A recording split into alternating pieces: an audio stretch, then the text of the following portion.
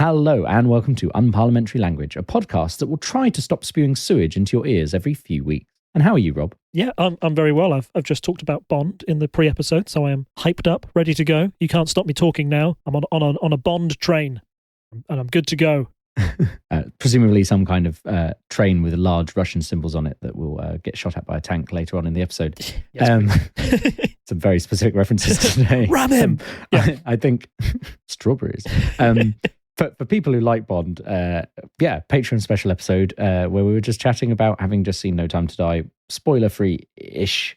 None of the major spoilers. Anyway, feel free to go and check that out on Patreon. It always drops just before the episode comes out. So, in some ways, following the Patreon is a way to know I'm about to drop an episode on you a day later. I think we should move straight on into the headlines because we've chatted enough about other things. So first up, we have Kicked in the Scallops by the Daily Star. What's that about, Rob? Sorry, that is a great headline I had not seen on this topic. It's a great one. Trust the Daily Star to come up with a headline that gets straight to the point. This is about the growing fishing row that is kind of like a byproduct of Brexit that's been happening between the UK and France. And it's one that I've seen it rumbling on in the papers, but I didn't know exactly like why it started or how it started. So I got myself a really good explainer article. Essentially what's happened is that when we were in the EU, both Britain and France's fishing rules were all controlled through the EU, right? We knew where to go for our papers and to get permission to fish in each other's seas. And that was all fairly cordial. Now, of course, we have left the EU, and so we had to renegotiate parts of that deal, particularly with France, who share our waters. And essentially both sides are getting a little bit pickier about who can fish in their seas. So there were two trawlers. One was actually detained in Calais. The other one was given a warning because it didn't allow French officials to board it, essentially, so they could check if they had the right licenses to fish in those French waters. France say that they are perfectly legally entitled to do this because this is part of the Brexit deal. Whereas the UK think that the French are being a bit too fastidious about that and, boarding and keeping a vessel in one of their French ports, a vessel that belongs to Britain, is an unnecessary raising of tensions. To add to this, you also have the fact that there are individual fishing rights given by Jersey and Guernsey, which of course are little islands off the coast, in between France and Britain. They give out their licenses separately to how France admitted their licenses or the rest of the UK does, and there have been disputes about which French vessels can fish there or not. And so it's a little bit of it's kind of a tit-for-tat row as the two countries try and work out where they can have their authority over fishing rights. And it's been, in my opinion anyway, it's kind of been blown up in the papers more to the fact that if you read the Daily Express or the Daily Mail, you think we might be about to go to war over these fishing vessels. Personally, I don't think that will be the eventual consequence of it, but it's certainly showing where it's those little things around the edges, as we've talked about with Brexit, where things were once a bit simpler because we all shared that we all knew where to get our licenses from, and there was a bit of good faith when it came to those fishing vessels being able to fish in their waters. Maybe the French weren't quite as fastidious about checking licenses for the British as they were when we were part of the EU. Now it appears everybody's getting a bit more like, oh no, you've got to show your papers, please. And we've seen that with the sausage battle that we had in Northern Ireland, where EU officials weren't allowing certain meat to transfer into Northern Ireland because it would go against rules set out in the Brexit deal. Like, yes, those rules are in place, but how the Brexiteers would say, oh, you don't want to break the deal just because of a couple of sausages, do you? Whereas the EU is very much like, no, you signed a deal, you keep up to the deal, we will keep enforcing this. So, yeah, I think we're likely to see more of these tit-for-tat exchanges, but it's certainly a story that seems to be getting more coverage in the press and is one of those international stories that is looming over the next headline that we're going to look at. But certainly there is a chance for Boris and Macron to meet up and try and reconcile these differences, but it's added to the tension of this summit that's coming up. And it's a continuing, like we have the same story we had previously where people are saying, well, we keep essentially lying on the world stage for all to see. How does that affect people who might want to get into deals with us, especially when we're trying to get trade deals with various other countries? Now, I get the impression quite a bit of there's a lot of kind of bluster, playing to the cheap seats kind of stuff that happens. So they'll say to the EU or to France, oh yeah, we'll totally sort this out. We'll have a chat with you. And then in our newspapers, we see them being like, oh yeah, we're gonna bend them over the barrel and hold the possibility of our sausages, or oh, we won't send any tourists to Europe if you charge us £6 to get in, kind of thing. Not that the government controls that. I think at this point it's fair to say a fair bit of that is like bluster to the public, because it's almost like saying the ridiculous thing to get views, because people who don't like Brexit and people who don't like what the government are doing will immediately jump on it and be like, this is stupid, and it helps feed into the whole kind of culture war thing over Brexit that we've had. Yeah, but precisely. And it's not just our side, it's not just the UK that's doing that. Macron has an election coming up as well, so it probably doesn't do him any harm to show that he's fighting the fight for the EU and for French fishermen. Like, there's a reason why he might bring it up as well, to try and garner some support at home. So yeah, I do think it's a little bit of saber rattling and bluster, and something that I don't think will actually come to anything, but it's been talked about enough in the papers and keeps coming up as a thing that these two need to discuss, that I feel like we needed to touch on it as a fairly important story, even if I do think it's more bark than actual bite when you look into it. Oh yeah, no, definitely. I think a part of the benefit of this headline section is we can touch on the stories we're not going to deep dive into, but we're keeping an eye on them. If they get more interesting, we will spend time on them. If it's war, we might mention it. I'll tell you that much. Yeah. That always reminds me of the Day Today, when they managed to convince it's war. But yes. Sorry, I'm laughing now. So right, we should probably drop that clip in the a YouTube clip for It's War. It's definitely on YouTube. I've watched it. It's hilarious. Watch the Day Today. It's great. The Day Today is amazing, and still amazing 20 odd years later. Excellent. So moving into our next headline, COP26, beginning of the end for climate crisis, says PM. And well, I think most people, had to be living under a rock to have not heard what COP26 is, because it has a stupid name, so everyone keeps having to explain what it is. And that starts today. We're recording on the day it starts. Yeah, but it feels like there's been a bit of a run-up. Tell me more, Rob. Tell me more. It's a climate conference that's happening in Glasgow, a meeting of 26 world leaders, including like Biden, Macron, your big CO2 producers, to try and, once again, it's one of those summits where world leaders are meant to knock their heads together and come up with a solution to climate change. And there are big speeches planned by, Boris Johnson in particular, and all the world leaders to see what they can do to try and tackle the climate crisis that is going on. Obviously, this hasn't happened yet, so we haven't got much to say on the conference itself. I did want to touch on the fact that in the build-up to this, there has been some embarrassing stories that have come out from the government, particularly when it comes to environmental issues. We touched on it in the joke in the to start our podcast off, but there's been this big there's been a big focus on sewage and the right that water companies had to dump sewage into our seas. Essentially, there was a rule put to Parliament which 22 Conservative MPs rebelled on, which basically said we want to stop these water companies having the ability to dump raw sewage into our waters. And the government was against this amendment, and won the vote in the Commons because it has the majority, and of course it did. But you had these 22 MPs backbench willing that they would stand up for it. The law was stopped at the Lords so it could review it, and I think since then, about 4 days ago now, the government has done a U-turn and said, actually no, we will allow this amendment to go through. We will stop the water companies having the ability to dump raw sewage into our seas, which seems great. I mean, the fact that that was even like a possible thing that could happen is shocking. It feels like we've been talking, I'm going to bring it up, we've been talking about Bond in the pre-show. Like, the ability to dump raw sewage into the seas feels like the end plan of some Bond villain, doesn't it? It feels so monumentally, maybe evil's a strong term, but it just feels like something that shouldn't be allowed to happen. And why is our government allowing this to happen? And the fact that there was an amendment to stop it and the government failed to even act on that seemed very bizarre.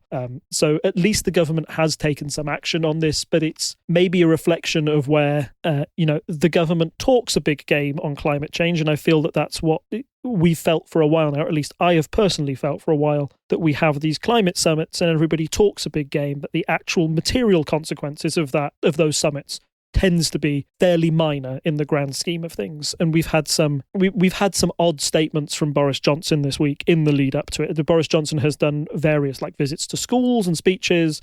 And one of the things that's come out of it, or at least I've noticed, is he kind of says like recycling's not important really. What we've really got to do is stop our use of plastics and stop CO2 emissions. And I'm like, I'm right. You're right, Boris. I guess that we do need to stop those things. But why can't you say that we should recycle as well at the same time? Why can't you just promote a nice green message for everyone? Some of the wording over that has been confused, in my opinion. But yes, we've got this big climate summit coming up. Maybe our government not acting in the most environmentally friendly way on the lead up to it. There have been also these Insulate Britain protests that have been happening in the lead up to this, where environmental activists have been stopping cars on the road, and some of the reactions to that from both, like, you know, they are being arrested under protest rules, which you might agree or disagree about. If you want to lose faith in humanity entirely, look at the comment section of any article on the Insulate Britain protesters that are blocking the roads. So to see people's reaction to it, like, climate change is clearly a big issue and people want to do something about it. But it appears that there are still a wide variety of people amongst them, including large areas of the media, that seems to think that the climate crisis is over-egged somewhat. And I would not agree with that statement. So fingers crossed that this summit that's happening in Glasgow can go some way to reducing CO2 emissions in particular to a level that won't allow our planet to heat up by 1.5 degrees or whatever the latest statistics are. But yes, as always, I remember that one of my when I used to have Spotify that had adverts on, it was one of the there was a climate conference back in 2010, and I kept having adverts on my Spotify kind of like saying, this is the last chance for humanity, this is the last chance that we can do anything. And I'm like, well, it's been 12 years now and I'm being told the same thing again. I wish somebody would actually listen this time. So yeah, we'll see what happens.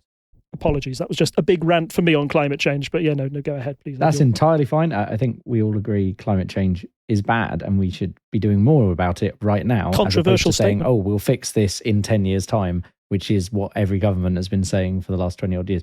I do feel like we have moved the needle a bit in that, you know, even as we said when we did manifestos, even the Conservatives have, you know, promised to plant more trees, etc., etc.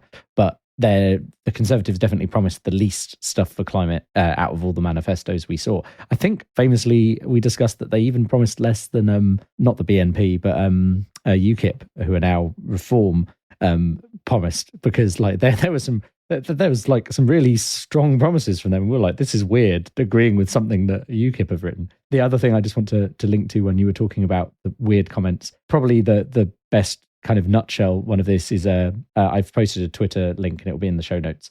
And it's just amazing. It is a clip from Talk Radio TV and this guy Mike Graham, who just does not understand. Like he's talking to one of the Insulate Britain people, and he's like saying, "Oh, well, you're going to cut down all these trees in order to make stuff." And he's like, "Yeah, I'm a carpenter, and we grow more trees because it's that's sustainable. That's what sustainable means." And the guy's like, mad, like, you know, just like what. It's like he doesn't understand the point at all. Amazing. It wasn't. You can grow trees, you can't grow concrete. And Mike Graham replies, "Yes, you can," to complete silence from the other guy. It was, give me the confidence of Mike Graham when he's wrong, please, because I don't have that much confidence in my daily life as it stands. And that man was convinced that he had really shown that Insulate Britain protester what's what, and had no idea that he was actually the fool after that encounter. It was amazing. Yeah. So I think it's time to move into our main headlines tonight. So 2 headlines on this story. First is Sunak's spending spree from the Times, and the other one is Champagne for the rich, real pain for the poor in the Mirror. What are we talking about tonight, Rob? The budget. What else could we be talking about? It's the budget. It's the big one. It's the autumn statement from Chancellor Rishi Sunak, as I believe he's called by some people. That's his full title, yeah. Yeah, and it's an odd one. I think we touched on the budget last time back in April, and that was the first big kind of like post-coronavirus budget. So we knew that was... coronavirus still very much a thing. I hate saying post-coronavirus in that sense. Still very much a thing. Still wearing masks when we go out. Still remember all of that jazz. But this one we felt would be more of a turn to at least like normality. It would be less of like so focused on COVID and more of like, right, what do we do to plan for a post-COVID world and go back to that kind of stuff. So that's why it's been so interesting to see what's come out of this budget. I think maybe we'll start with just like a general overview of what's gone on. But I was really sad. This is my fault. The papers the day after are always really interesting to watch the reaction of certain papers and how they respond to it. Because you suggested originally, sorry, doing a bit of inside baseball here, but doing a budget podcast on the day that it comes out. And that's fine, but usually these budgets take a bit of time to filter through and see what people really think of it. And the headlines the day afterwards compared to the response that's been a couple of days later, I think that shows how, the Chancellor says one thing and it all sounds very good, and then people look into the detail very quickly and actually go, this isn't so good. The headlines overall after that day was quite, positive for Rishi Sunak. But as we'll see, some were downright wrong in the terms of the Star, who said that Rishi Sunak looking to cut taxes when actually this has been the highest taxing government since World War II as a result of this budget. So that was bizarre what the Express said. And the other thing that annoyed me about the headlines was that budgets are boring, right? They're lots of money and numbers and percentage points. So one of the best tactics used by a government will be that they'll do something to like beer or cigarettes, and people can relate to that. And we will talk about it in more detail.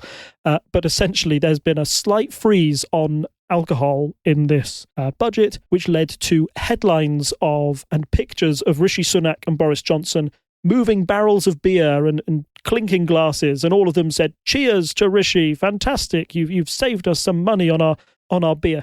And the Daily Star, responsible for the kicked in the scallops headline, they were the only paper to lead with the fact they said that like this budget, I can't remember the exact headline it was, but they essentially led with the thing of like, hey, they've cut 5p off your beer, but the rest of this stuff is really bad. And I just wanted to take my hats off to the Daily Star for being the only paper that like even a broken clock is right twice a day. I don't usually agree with the Daily Star and where they come from, but with that one I was like, you've finally seen through all this nonsense and all this like PR exercise when it comes to beer. This is actually a budget that has far-reaching consequences for both the country and, as I will go on to discuss, I think maybe what it means to be a conservative, because this, in my opinion, was not a very conservative budget. I don't know when you want to start diving into some of the details here, but like you say, that it's kind of very traditional kind of, here's the news, here's all of the scenes. And there was a very good takedown shared by a small brewer. So essentially, I think it's a drop of 3p per pint in kegs over the size of 40 litres, I believe is what's actually been put through.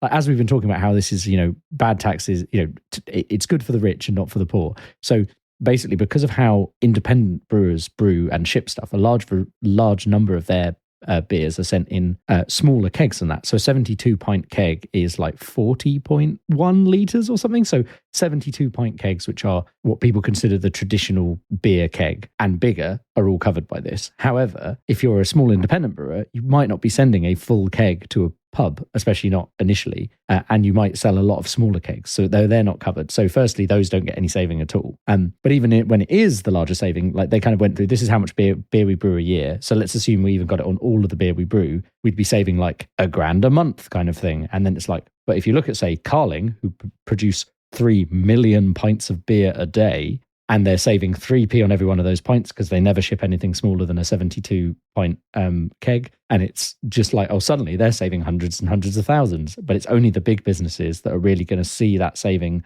from the taxes, whereas all the independent brewers aren't going to see much. And then other than maybe Wetherspoons, where they always do the, look, your pint is 3p cheaper because the tax has gone down. Most pubs probably won't bother to price their beer down 3p, so the end user doesn't see it. Obviously, it's good for pubs who are gaining an extra 3p per pint or whatever, but like that's not a lot. Yes, and like you say, I feel that it was odd that was such a headline thing, that that was that was what all the PR was about. Hey, good, you can drink your beer and it'll be a bit cheaper, when actually, like you say, for the end service user, it might even not be cheaper and has a very negligible effect on, like, I don't know. I don't know how our listeners feel. Personally, I'm like, I don't like Carling. I like a bit more of a craft beer, and that I would rather do those guys a bit of a service. I'd rather they have a little bit more of my money than the big boys when it comes to that kind of drinking anyway. So yeah, a mixed bag certainly, but it just goes to show how budgets are sometimes exercises in PR rather than actually like looking at numbers and figures. As I say, they're usually the boring bit, but I will try and cover them in our next bit when we have a look at just the general state of the economy and our finances. I will try and break that down for you and make it at least a little bit. So, Rob, what is the general state of the economy and our finances? As you set me up so well there. So, yeah, we were expecting things to be bad in general. And as always, these budgets kind of like to phrase things with like, things are bad, but they're not as bad as we predicted. So, for example, one of those figures is that like unemployment is expected to peak at 5.2% next year, which is lower than the 11.9% previously predicted. Excellent. That's great news. 11.9% unemployment would have been terrible. 5.2% still isn't great, but at least we won't reach that level. So that seems to suggest some recovery post-COVID. They've also said that annual growth will rebound by 6.5%, so that's good. We're seeing that upward trend of growth happening again.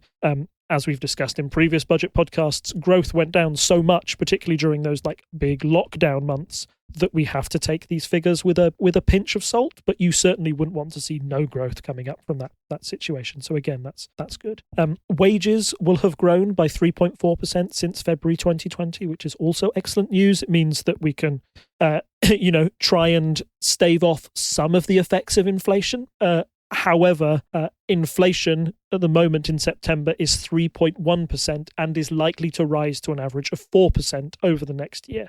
So inflation tends to look at the price of your general goods and services that you will buy. If you drive a car, you will not be immune to the fact that fuel has gone up rather a lot since you last had to drive it. Since particularly for me, anyway, I feel like some of like I would have noticed fuel prices creeping up if I was commuting every day into work. I haven't been over the past year, but suddenly you go out and drive past a fuel station, you're like, £1.48 per litre? I remember when it was £1.10, and even going over £1 considering when I was... Oh, I remember the queues when it went over £1 the first time, around the block. It used to be when we were kids, and part of that is to do with taxing, but yeah, when I definitely remember when it went over £1, and you compare to other countries, America is the one a lot of people compare to where taxing on fuel is very low. And like their prices, well, they talk about prices per gallon, where we'd be quite happy to get that for a litre. Sometimes that's how much cheaper it seems to be over in the US, when you take into account the difference in the dollar to the pound and stuff like that. And then, yeah, taxation is different in different countries. Like I was able to get in 2016, which is obviously 5 years ago, I was able in Berlin to get a litre of diesel for less than €1, which is would still be staggering in the UK at that time. I remember taking a photo and being like, look at this is ridiculous to all my friends. And that's when the euro and the pound were basically the same because of the effects of the Brexit vote. So yeah, it is different in other places, but we have a fairly high tax on fuel that doesn't go down, and I don't think it should, because that's how you try and help mitigate the climate change kind of elements. Is you should be using tax raised from things that produce carbon to try and fix the problems we have, encourage electric cars and all of that. But as you say, yeah, like I think it was mid-pandemic, so there'd been like no sales. You'd have thought maybe the price would go up, but actually they had so much spare fuel. There was a few times like during the various lockdowns where I had to go and drive somewhere for an allowed reason, or they had allowed us to travel a bit further for whatever reason. And fuel was like around 115, 120 in some places, because they were just selling it off cheap by comparison. And now we got back to like kind of 130, I would say. And this is London prices, so it may be cheaper elsewhere. It's definitely cheaper in places where the fuel actually comes into the country. So like Southampton, for example, generally 5p cheaper than places around it. So yeah, we went up to about 130, but I've not been driving. I've not been commuting at all, really, because I work in London. So I don't get I get the train. I don't drive. But I have, pootled off to a few events over the summer as things have opened up a bit. And then when we had that crisis hit, fuel prices are now what I would call motorway prices. Today it was 142 for petrol I drove past and 147 for diesel. And normally you don't see such a difference between petrol and diesel. It's normally a penny or two more. So yeah, it is expensive out there. And it's not just like fuel that's increased in price. Like we've seen, my weekly shop has gone up more, particularly because of, food prices going up. These are all things that you have to rely on. Fuel and food are things that you can't just you can't just say, oh, I'm not going to buy my food this week. They're not luxuries. They're staples. They're parts of everybody's basket. So when we're talking about inflation, it's kind of just like the stuff you need to survive, or the stuff that you would spend normally in a week. And if that's going up, and if it's going up by 4% and wages have only grown by 3.4% in real terms, then you won't see those, if there's a difference between those two, then you will start to see more and more people fall into, will start to struggle with money and maybe see an increase in poverty as a result. So yeah, this was a budget which didn't spell out great things for the UK economy, although it's obviously clearly recovering post-COVID.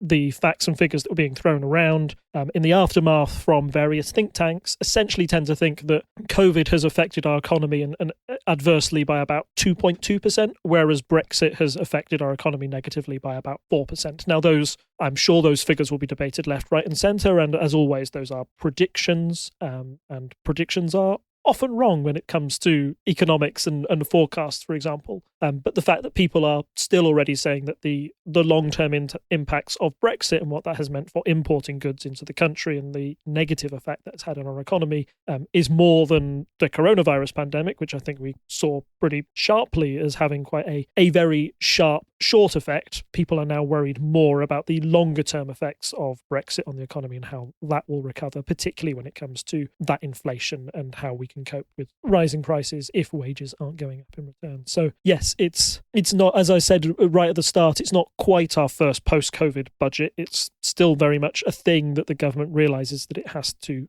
pay for in the background. But now we might start to see, as time rolls on, more of these post-Brexit budgets of how well is the economy really doing. Because we left Europe in January and then coronavirus hit in February, March of 2020, we never really had a proper post-Brexit budget that's been able to take Brexit in isolation as a thing by itself. It's always been masked by the effects of the coronavirus pandemic. So as we progress into the future, I think we might see more of these post-Brexit budgets and see exactly how much our economy has been impacted. One thing that I find interesting here is that is something we've touched on a few times. I know we've talked about that. So we were kind of hoping, I say we, one thing I would have liked to have seen is being able to clearly delineate between pre-Brexit and post-Brexit, because there's a lot of things that we were talking about pre-Brexit, a lot of economic arguments for not wanting Brexit. I thought it was rash to ignore such claims by economists, and some calculations can be wrong. You have to take it on balance, but generally it looked like Brexit would be bad for us economically. And I think it's a real one of the it's not the worst thing about the COVID pandemic at all. I mean, obviously that's all the people who've died, but the not being able to have that clear line of pre-Brexit and post-Brexit, I can just see this being people always been, oh, well, Brexit was fine, it was COVID that screwed us over. And I'm like, well, that's not true, is it? We've had all these issues with shipping and stuff. I mean, I know there's worldwide shipping problems, but we've had issues with stuff coming in and smaller companies not just refusing to sell stuff to the UK because of how taxing works and VAT and all the forms they have to fill out. So there's definitely problems like that, but it's a much harder, more muddied message to point out to people the difference in how things were pre and post Brexit.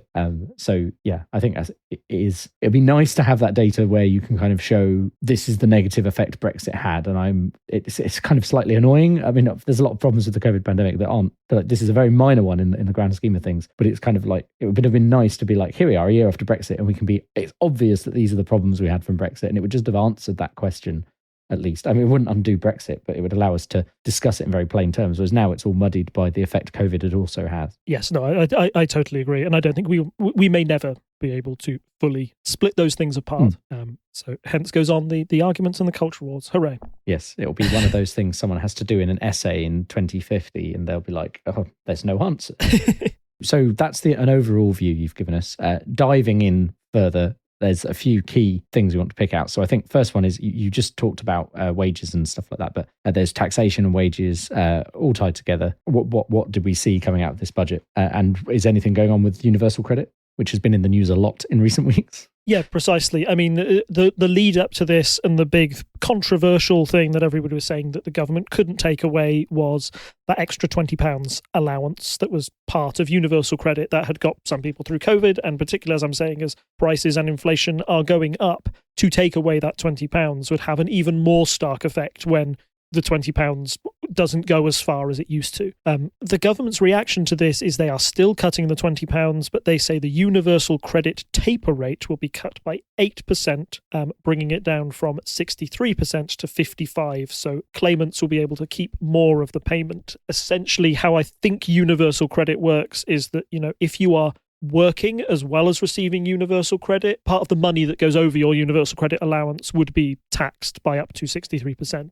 By taking it down by 55%, it means that you have more money in your pocket after that. And from a conservative philosophy point of view, they would say that we're not just giving out £20 to people who don't work. This rewards people for being in work and allows them to keep more of their wages, and they are taxed less severely. We can debate that till the cows come home if that is actually very effective. A lot of people have said one of the big problems with wages and 0 hours contracts in general is that you are not rewarded for being in work, or that the fact that the minimum wage being what it is not enough to live on as it stands. And that's the big problem, is the fact that, wages should be higher in general to try and keep, to try and encourage work and make sure that work actually pays, and that if you have a job, you should be able to afford everything and be able to, you shouldn't have to rely on universal credit as well. If you are relying on universal credit and you have to work, and if you're in a full-time job, then that clearly shows something is broken within the economic system, that you can't survive on a minimum wage, which is why, as a response to that, the Conservatives have also raised the national living wage, as they call it, by 6.6% to £9.50 an hour, which they also hope will reward working a little bit more. So you can see key tenets of Conservative philosophy in the way that they have issued out those, cut the universal credit taper rate and raise the living wage. They are trying to reward people being in work. They've also cut business rates by 50% in retail, hospitality and leisure centres. Clearly, those are all industries that were affected quite a lot by the coronavirus pandemic. I mean, a few industries were able to escape entirely, but those are industries that particularly rely on footfall and people through the doors, and will have been adversely affected by social distancing measures and lockdown, etc. So the government is helping to try and give those businesses a bit of a kickstart. And one point on fuel, as we've said, fuel is very high, so the planned rise in fuel duty will be cancelled, because essentially the government feels that if they were to raise the fuel duty again, that would cause prices to go up even more. Inflation goes up even more, therefore they will not increase the tax on there. That all being said, one of the big factors as part of, as a percentage of GDP, as I mentioned at the start of this as an overview, these are the highest taxes that the government has had since the end of the Second World War, which has led some Conservatives to say that this is a very unconservative budget. Like in the past, when the Conservatives took over after the financial crisis in 2010, austerity was the watchword of the day, and they would have cut government spending and tried to cut taxes to try and balance those budgets a bit more. And Rishi Sunak has even been on record kind of to say that, look, when Boris Johnson was elected Prime Minister, he promised to cut taxes, and as a result of Corona, he's had to raise them. And Sunak's line is look, we're only taxing this high because we have to. We absolutely have to. We wouldn't do it if we didn't have this national crisis. However, for some Conservatives, they are worried that they are becoming the party of spending a lot. There's a lot of people who are traditional Conservatives who don't want the government to spend as much as they are. They want low taxes. That's the reason they voted Conservative. And the fact that these budgets keep coming through where they are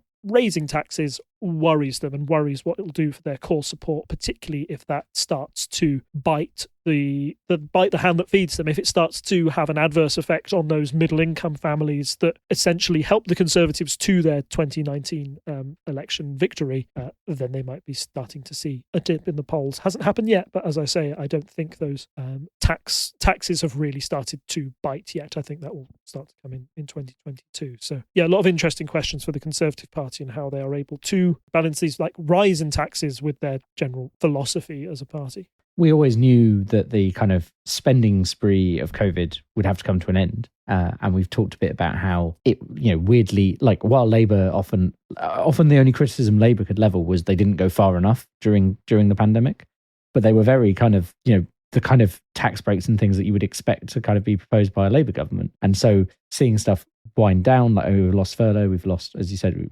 universal credit has been modified, and so on. Things are going back to where they were, and then the Conservatives being the Conservatives going, a bit further, but also weirdly having to increase taxing. It's interesting, kind of weird place we're in, where obviously they would have to tax more to make up for all the spending that went on. That I think everyone understood that would be the case. But when it starts hitting people's pay packet, that's when people start voting with their feet. Yes, and Labour say, what Labour's big criticism of this, they would say that the Conservatives are increasing tax, which is something Labour would do and would have had to have done to fund their 2019 manifesto. But they are saying that they are taxing the wrong people. There is no, I think, like bank rates were cut in this recent budget as well, whereas Labour would say, no, we would tax the banks more, we would tax big business more, we would make sure that, giants like Google and Facebook and Amazon pay their fair share of tax within the UK. We would attack those big businesses rather than having the main tax burden fall on middle to low income families, which is what the Conservatives, at least in some of their tax rises, particularly in the April budget, and now that hasn't changed coming into this autumn budget, is where they focus their main tax rises now. So there is still a little bit of difference between the two parties on whom they would tax and where. But in terms of actual, the need to raise more money to pay for COVID and other things, both those parties seem in alignment now, whereas in 2010, there was a clear distinction between the Conservatives being the party of austerity and the Labour saying, no, we can spend our way out of this crisis to try and make some make more of an economic recovery, more of like a Keynesian way. I think where you spend that money is kind of where we've got some alignment, which is what I'd like to focus on next. I touched a bit on spending and how much happened during the pandemic, and also kind of Labour policies and stuff like that. So what is the plan for government spending going forwards? Like, there has been a lot of rhetoric around we need to spend some money to be able to build back better, and other phrases like that. So what's the government spending looking like, given there's these changes in taxation as well? There will be a 1.7 billion invested in local areas for levelling up. Levelling up, very important for Boris Johnson, and part of his big campaign in 2019 was essentially Conservative voters felt that, those people who voted Conservative back in 2019 felt that areas outside of the big cities, outside of like London, Manchester, Birmingham, those places that traditionally voted Labour, that's where they felt the majority of funds were going, and there wasn't much going into rural communities, places that felt equally deprived and had felt the impact of like the 2010 economic collapse, but hadn't had the reinvestment from the government. So the government is now like promising those funds to, as in their own terms say, level up those areas. And unsurprisingly, this is quite like a popular policy, one that Labour wanted to sort of like go against initially, and then they've come round to say, oh, you know what? Unsurprisingly, people quite like the idea of having more money spent in their area on local services. So the government are trying to get some of their manifesto promises out in that 1.7 billion. There's also extra money for schools. Schools will get an extra 4.7 billion. That's been an area that has been claimed to be underfunded for quite some time. So that's quite a positive boon that the government has finally recognised that there is that crisis within schooling. I think particularly during the coronavirus pandemic, it wasn't, speaking from a personal experience, knowing some teachers, it wasn't nice to be a teacher before Corona, and then during the whole pandemic, it made some of the weaknesses even more apparent, particularly when it comes to things like technology. I imagine that there's been a lot more money having to invest in, making sure schools can actually provide the right technology to keep up with the demands of homeschooling and Zoom meetings, etc., that were happening as part of the pandemic. And probably that need for electronic learning carries on into the future. That's not, computers aren't going away anytime soon. So it's good to see that money invested in education. There's an extra 6 billion for the NHS as well. Clearly the NHS has been impacted hard by the coronavirus pandemic, but we've also had this extended impact of all the surgeries that were delayed because they couldn't go ahead whilst hospitals were overrun with coronavirus patients, or at least couldn't run the risk of having those sensitive surgeries and then having patients go out and contract coronavirus. Now they are trying to get through that backlog, and in an effort to get through that backlog, the government says it was invested £6 billion of funds into those sort of projects. So yeah, there's a lot of money in a lot of places that I feel it is needed for investment, and these are type of things, Labour would have been wanting more spending in education as well. They would have wanted more spending for local businesses and services. So there's little that Labour can criticise when it comes to where that money is being spent, although naturally they might niggle over some of the side details. I just do think that where the parties differ is how that money is being raised and how they will pay for it. And as I mentioned before, like some traditional Conservatives might suggest not giving that money to they in the past, an austerity-led government might have said, I'm very sorry, education, but we simply don't have the money for it now. You'll have to wait a little bit longer before you get those billions. The fact that the government has seen that there's such a crisis there and at least has given some money it might be a testament to the fact that they suddenly realise they've ignored those areas too long, or they can't go without spending that money. But yeah, it's certainly Rishi has spent more than people thought, and that tends to be a very unconservative view of things. But I think with Boris Johnson as Prime Minister, he's a people pleaser. He likes to, he likes to spend money because people like having money invested in their area. That's a positive thing. So it appears to me that he's at least spending now and maybe worrying about how they pay for it later on. I'm not sure I have much to add there. They're finally realising they have to deal with education. If I were to name like top slogans of any political party over the my lifetime, I still remember education, education, education from when I was a child. Like that was Labour's rallying cry. So yeah, you'd think people would be aware that education is a thing you need to fund, but there have been a lot of problems, and I think we could spend a whole podcast trying to put the world to rights on the problems there are with both funding. Firstly, teachers are massively underpaid, which I think we're all aware of, but for the jobs they do, as they're, especially as they take on extra roles, they're essentially, not only are they, someone's teacher and education is important, but they're also essentially like daycare for people and things like that. There are so many roles kind of rolled into one. So yeah, hopefully some education spending comes their way soon. But I'm not confident that it's, even if the government has realised it's an important thing, I think then maybe they're saving it for pre-next general election to be like, look, we're putting all this investment into education, but sooner rather than later, I think would be good on that front. So up at the beginning, one of our headlines was on COP26. So what is the government doing in the budget in order to combat climate change? What have they proposed in the budget, given that with COP on the horizon, they must have wanted to have some good headlines come out of this? You'd think so, wouldn't you? But it's been a bit of a mixed bag on climate. The big thing that came out on climate was air travel in particular. Flights between airports in the UK are now subject to a lower rate of air passenger duty, which means that they will be taxed less. So you might see an increase in internal flights, which, considering as air travel is usually one of those big climate talking points where it's like the amount of CO2 spewed by planes out into the air and the amount of fuel that takes is a very bad thing for the climate. Us encouraging more short-term flights does seem to be a little bit counterproductive with this climate summit on the horizon, or actually happening today. They did increase the ultra long haul band for air passenger duty for flights of over 5,500 miles. So that might balance out over the long term if you're saying that short-term flights are fine, but the long hauls, no, they're going to be taxed more.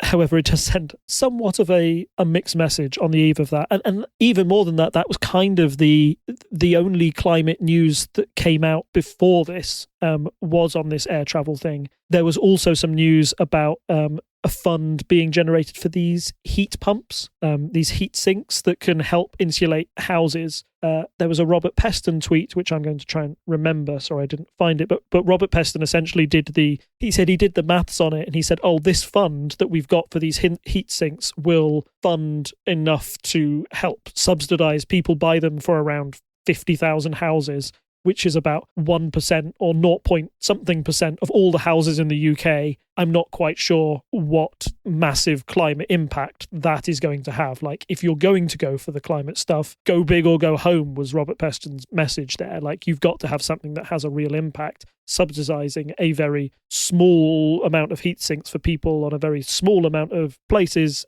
in the country, and those heat sinks, however they work, they won't work for every building in the UK anyway. It seems like that was a move again, which seemed like very much more of a PR. We are doing something for the climate honest approach rather than something that would have a real concrete impact on how the country reduces its emissions. So yes, a very mixed bag when it comes to climate, and certainly not the positive. I thought the government might go for a very big green agenda with this summit on the horizon, and that they would want to go in it as like, we are leading the way in making sure that we can reduce CO2 emissions. Come on, other countries, follow our lead and do as we have. However, it appears not. And maybe going full circle to this climate summit, something we'll probably definitely cover in our next episode. It will be really interesting to see how world economies deal with climate change in a post-COVID world, or at least coming out of the recovery after the coronavirus pandemic. A lot of places might be tempted to say we need to sort our own economies out before we go green,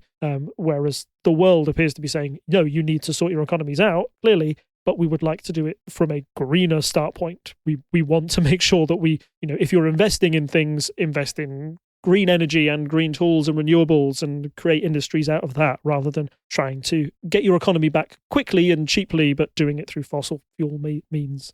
It'll be really interesting to see if nations can come to an agreement on that kind of stuff, or if we just go through, like we say, another cycle of kicking the can another 10 years down the road. But personally, I don't think we can. I think the world can afford leaders to do that. No, I think now the public are on board with that. Like 10 years ago, like you said, there was you were getting all these adverts 12 years ago for a different climate conference. And I think the average person probably wasn't thinking about it as much. Sure, there were people, we've always had the Green Party bumbling along at a few percent, and they've had an MP. But I think it is much more on the average voter's mind now.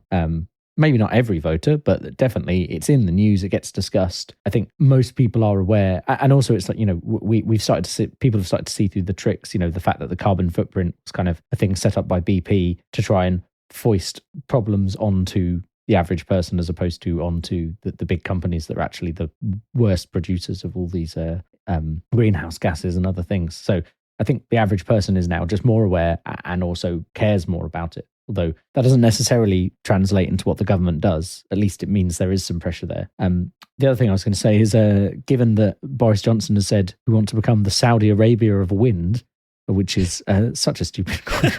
But given he said that, it seems weird that there's less kind of money going into climate. You'd think they'd try and align the budget with, or is that just, General Boris saying some random things to get in the news? It sounds like Boris is producing enough of his own wind there for us to become the Saudi Arabia of wind.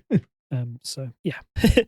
Sounds like a lot of hot air to me. Edit in your own joke here, please. Yeah, I don't have a massive amount. You've done a much better job, and this is partly why I like to have this budget conversation with you, is because I can look at things, I can read the headlines, and I think, as you say, it's a benefit here of our slightly longer view, because even the podcasts I listen to have this kind of reactionary day of the budget summary, which it sounds like with a bit of inspection falls apart quite quickly. Some of the topics we've talked about. So yeah, interesting.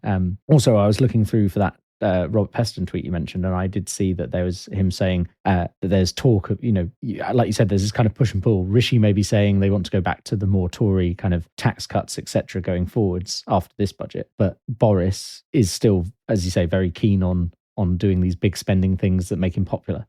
So do we end up with this kind of weird, not as conservatives in a fiscal sense? It's a possible splitting of the party in that sense, and you get and it'll be interesting. Like you don't know if Boris's big spending decisions will come back to haunt him in the fact of, like, is he going to be the one clearing up that mess of taxation? Like Rishi realised that he has to pay for these things, and traditional conservatives will be saying, yes, no, we don't want to spend a lot. We actually have a duty to cut tax. That is what conservatives do. That is how we look after people. That's why people vote for us.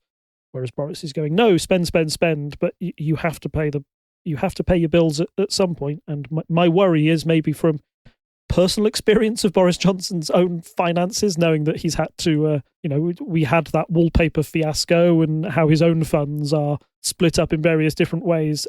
Boris Johnson doesn't appear to me, on the surface at least, as somebody who can manage his own finances very well, and seem a person who would rather spend his own stuff to make people happy rather than worry about the actual consequences of it later. And it's maybe a bit worrying to see that approach being taken to an entire nation rather than one person's finances as well. But we'll see how it goes. So last week we discussed an election elsewhere, and I know we're a long way off from the elections in the UK, but I think given that we've just had the budget land, and I know you said we may not have seen that in the polls just yet, but it's still probably worth looking a bit at the polls now. I know a general election is a long way away, but it's always interesting to see the effects things have had.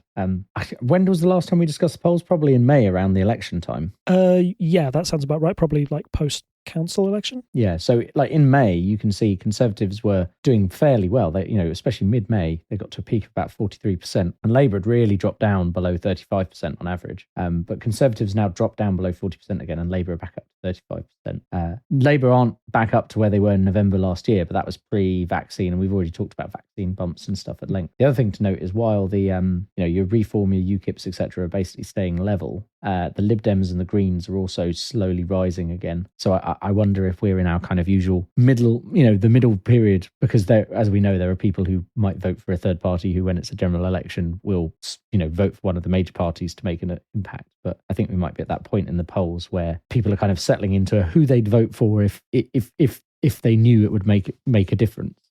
And then I suppose it's just the usual push and pull between the Conservatives and Labour. Do you have any thoughts on these polls, Rob? I think it shows some of the underperformance of Labour in this time.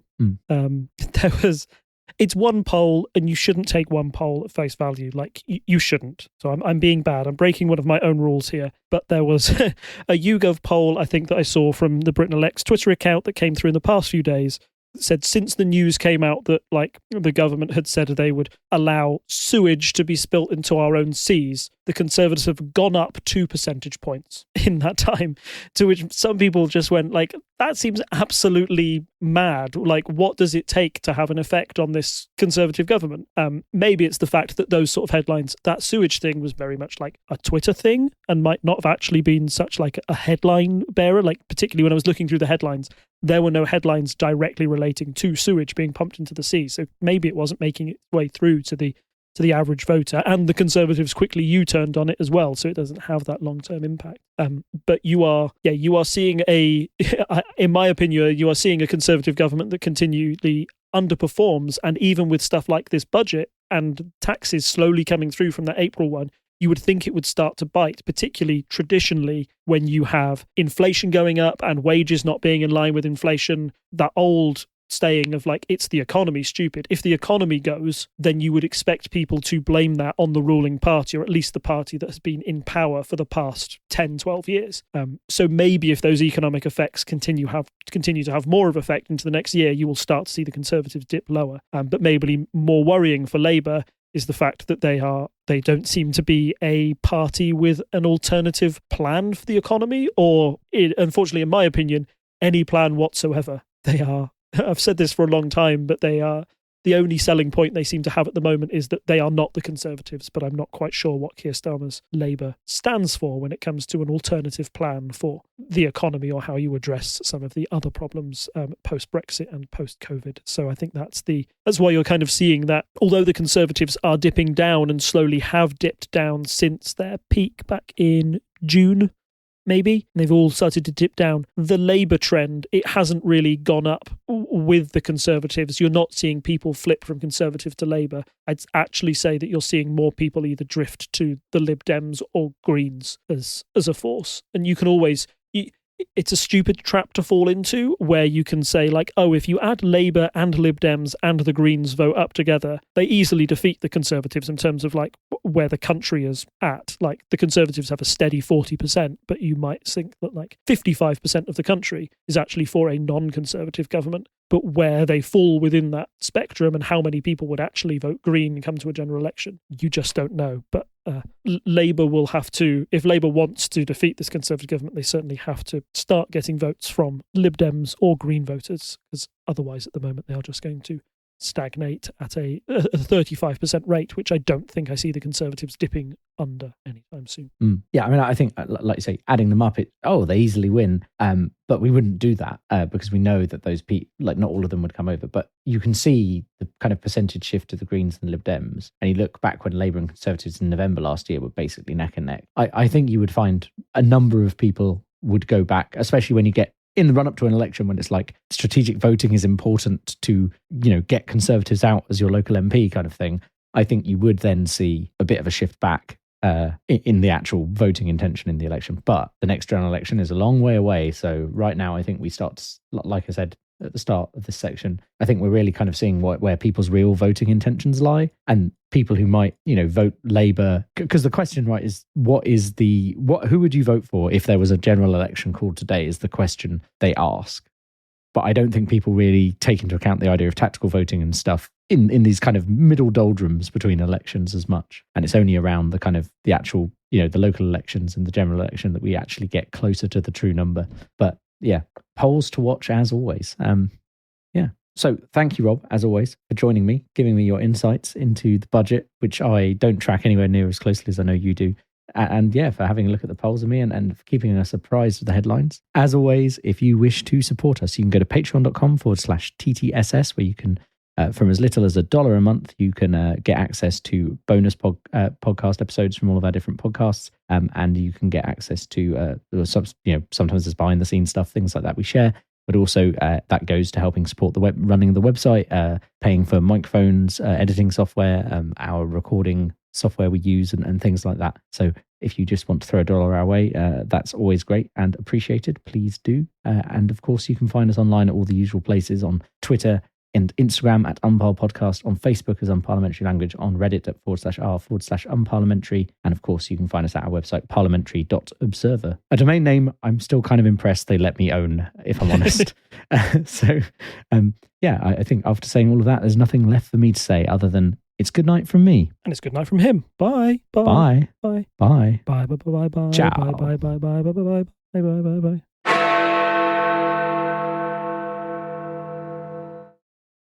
Hi.